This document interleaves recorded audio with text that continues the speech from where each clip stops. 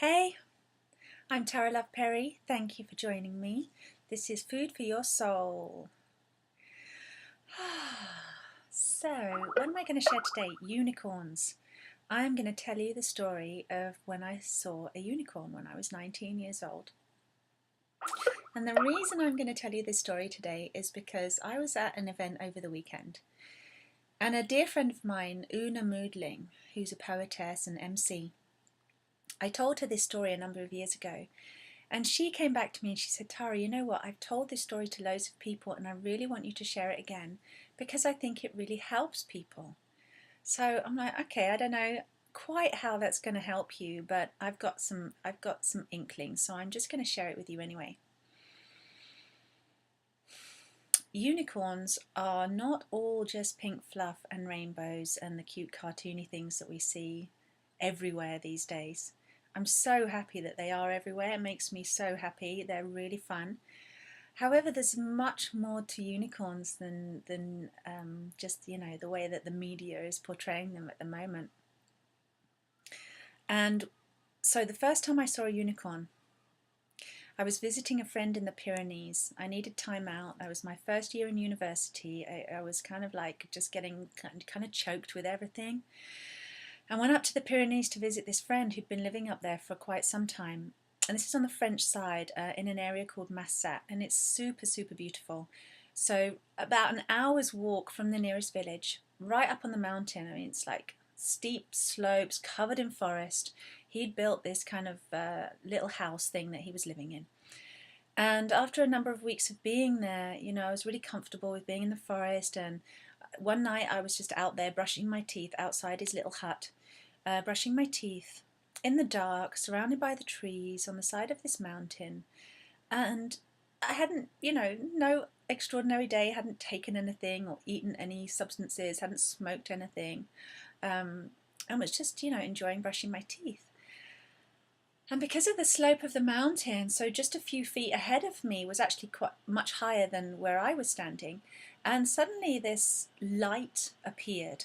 And the light was in the shape of a unicorn. It was massive, blue and white unicorn made of light. And it was so, it wasn't just like eerie half light. It was like I could have reached out and touched it. It seemed almost solid. It was so vivid. It was so strong. And I was like blinking my eyes like this, like, am I really seeing this? Is this actually like really a unicorn? I didn't think that I would be the kind of person good enough. You know, when I was 19, I didn't have a lot of self-esteem at all. And I was like, am I good enough to, is this real? This can't be real. I'm not good enough to be seeing a unicorn. Don't you have to be pure? Don't you have to be a virgin? And I wasn't by that time. So these things were like ticking through my mind super fast. And almost not believing what I was seeing, even though it was really, really real. And the way that I saw it, so the unicorn, as I said, it was a little bit higher up than me and only a few feet away, so I could get a good view of it. And it was munching grass. When I first saw it, it was just munching the grass, and it was almost like I could hear even the sound of the grass munching. That sounds really weird, but it was true. And he was munching the grass, and then as soon as I kind of clocked him, he clocked me back. He looked up and then just held my gaze, just really penetrating the look with his massive eyes into my eyes that went straight through me, straight into my heart. And just held my gaze for what seemed like ages. I was almost like not breathing, like this. And like I said, all these things were going through my mind. Is this real? And because I didn't really trust myself, I didn't trust, is that the right way of saying it? I'm not sure. Anyway, there was doubt. And so I called my friend whose house I was staying in. It wasn't really a house, but kind of. And I was like, Andy. And his other friend John was staying as well. So there was two guys like a few feet away in this house. And I was calling to them, please come and see this. And so they came out and they were like, what? And stood back. And I said, can you see this? And they said, oh my. And as soon as they started to talk, the unicorn disappeared again. And in that moment, I felt lost. I felt like I'd lost something. I felt like, well, one, I was validated, which is, I needed their validation. That's why I called them out. I hadn't trusted something in myself. I needed them to tell me they could see it too, so to almost make it real. Even though I didn't need them to see it to make it real, it was my experience and it was very real for me. But as soon as I included them, my experience ended. It disappeared, it left. That vision, that unicorn hadn't come for them, it had come for me. And I felt like I'd missed that opportunity. I felt like I'd missed my moment. Like, who knows what could have happened? Could I have gone with that unicorn? Could I have talked to it? Could I have stayed with it much longer? Could I have learned something from it? I mean, in my dreams, perhaps I would have just jumped on its back and off I rode into the unicorn. I don't know, but that's not what happened. I'm still in this dimension. But it was like, oh man, I missed my chance. I missed my opportunity. However, I didn't as well. I always believed that everything was perfect, exactly how it happens, and I had my experience and it was beautiful. And the reason I think I'm telling you this and why Una wanted me to share it with you is because we often reach out to somebody else to validate our experience. Because we don't trust ourselves, we don't believe in ourselves. Talk about believing in unicorns or not believing in unicorns. Perhaps this is not about unicorns at all. It's about believing in yourself, believing in your own experience and what's real for you, and validating that as true, rather than dismissing it or needing somebody else to validate you. Did you take that in? Validate yourself. How would that be if the part of you that knows just came forward and went, nope, this is real, this is true, this is your experience, you need no further backup. However, I totally get it if you need further backup. It's something that I do in my life. I'm a soul reader and energy healer and channel and guide for some people, for quite a lot of people. And everybody needs validation, everybody needs that backup. Doesn't matter what job or what profession or what path we walk in life. It doesn't matter at all. We're going to always need somebody or turn to somebody thinking we need somebody to say, what can you see of me? Is this real about me? Is this true? Is this who I truly am? Can you validate me? Make me valid. Make me that stamp of approval, stamp of reality. Yes, I can see you as well, therefore you exist. Rather than having to live in that world of, I know I exist because I'm breathing and I'm here and this is who I am. We actually all need somebody else to see us too, to validate and say, yep, I see you, you're actually here, you're alive. And of course, it's not just, on that simple level, but on the many detailed and multi-layered aspects of who we are. We want all of that validating. And it's perfectly fine and it's absolutely necessary. But as well, let us also validate ourselves. How empowering and enriching could that be? And whatever comes along in your experience, take it for you. It's yours. It's your special moment. That unicorn was my special moment. Doesn't matter if someone believes it or not. You don't have to believe my story. And actually, that wasn't the first time I experienced unicorn. That was just the beginning. And actually, I'm just going to tell you, can I tell you the other part? Another really powerful experience I had many years later. I was actually delirious for 10 days. I was super, super ill in a fever. I'd had a spider bite on my bottom and it was swollen up and I was completely poisoned and I was out of it. It was quite painful as well, but I was absolutely tripping out on this fever and delirium. And it's almost like entering the other worlds when you're in that delirious state. If you've been in fever, you'll understand. And one of these, I was on this journey for hours and hours and hours with with a unicorn, right? Because after having that experience with the unicorn, it sort of became my spirit guide, my companion, my friend, if you like.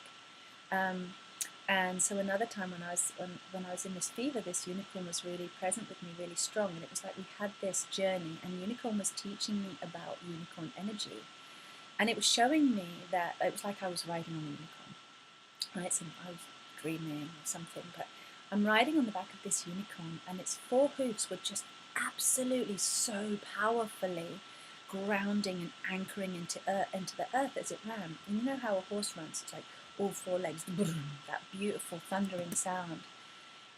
And what I learned since then, since having this experience of riding this unicorn, is that horses have 5 hearts. They have the main heart in the chest here, and they also have a heart in each hoof that actually pumps blood up to the main heart and circulates the blood around the rest of the body, and it keeps the blood active and pumped down through their legs. So the heart is in the hoof like this, and without the shoe on, this heart is able to touch the ground, and the ground, almost like the contact, pumps the heart and pumps the blood back up through those legs and into the main heart.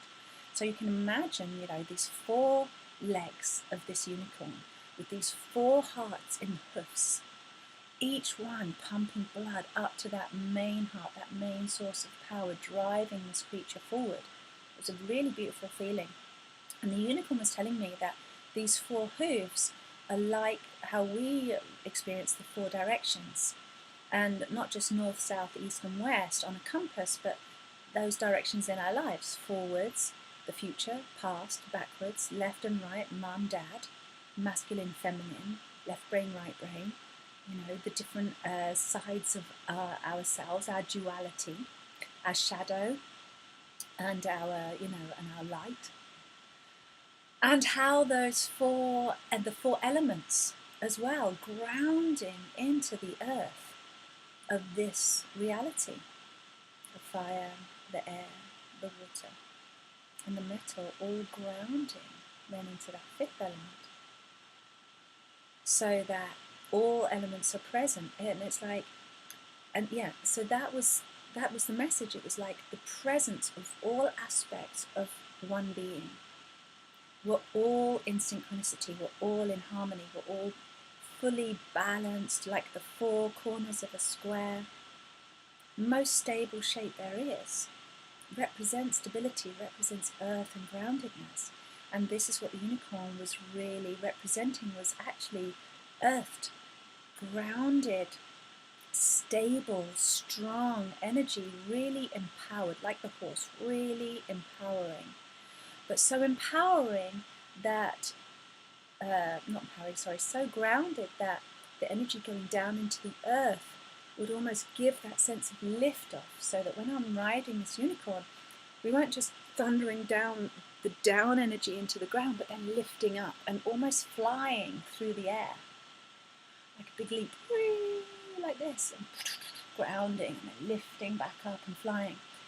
So when the lifting up was happening, it was like the chest, the heart was forward, and the unicorn horn was forward, moving into life with the heart, free flow, almost flying, but not flying with wings, but flying with the energy of the earth, grounded energy. And the unicorn horn represents not the 3rd eye center, but this area up here. So when I'm reading people's energy, this and the energy that's here present for people is often actually shut down or capped, or there's like an overhang, a ceiling, there's some kind of restriction often for a lot of people.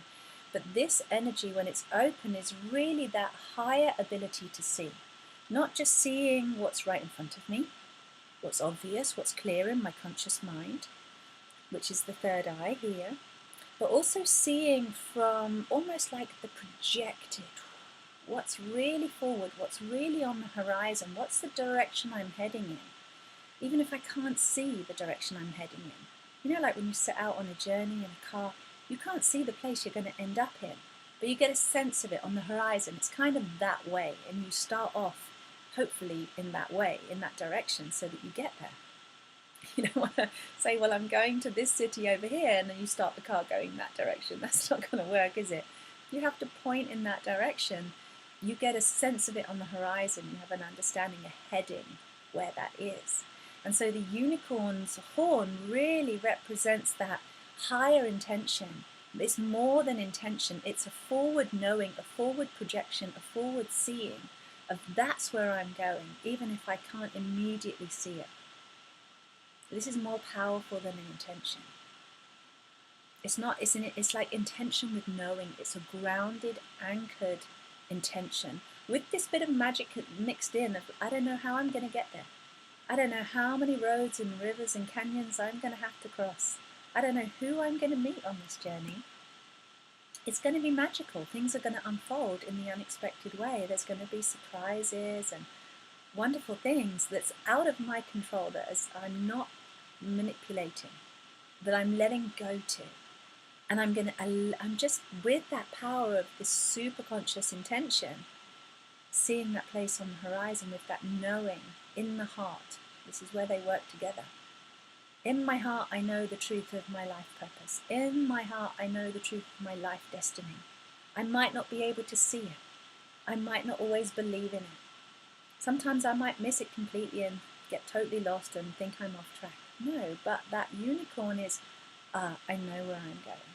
Let me keep that focus and keep myself pointing in that direction, in this beautiful, grounded, and then lifting, liberating, heart moving forward kind of way. So I hope that kind of comes across. It's sometimes difficult for me to express my visions and all the eloquence and the detail in which I experience it, but hopefully you've got some idea. And just feel into that yourself. Imagine yourself riding on a unicorn. Feel that power in the body. Feel that connection to the earth. That absolute commitment. That absolute, total stability and trust that horse, that unicorn has in the earth. To be able to move so powerfully, relying, we rely on the earth every day when we take a step. But most of the time we're not conscious of it. We're not even aware that we're walking. We're too busy thinking. We're not on that focus. We're not connected to our higher intention or our higher purpose. We're lost and we're off track. So unicorn energy is really a beautiful totem or medicine, power animal, if you want to stay connected to your purpose, to your destiny, to your soul's destiny, and to do it in a real grounded way. You're on this earth for a reason. You've got feet and a heart for a reason. We have this earth holding us. There is stability. Whether you understand it and see it or not, it's there. So if ever you sort of feel like you want more help with your purpose and your direction, just close your eyes and maybe imagine just how would it feel if you were riding on your unicorn that would help you get there. Ask your unicorn, where are you taking me? What's my destiny? What's my higher purpose? And teach me about earthness. Teach me about commitment. Teach me about those 4 directions. Teach me about the elements and how to anchor and ground the elements of my being. And hopefully that unicorn energy will show up for you, as it has for me. I didn't even ask for those teachings, actually. I obviously just needed it. And the unicorn was the animal to teach me that. So thank you for listening. I hope that was helpful, and I love you, and I'll be speaking to you soon with another Food for the Soul.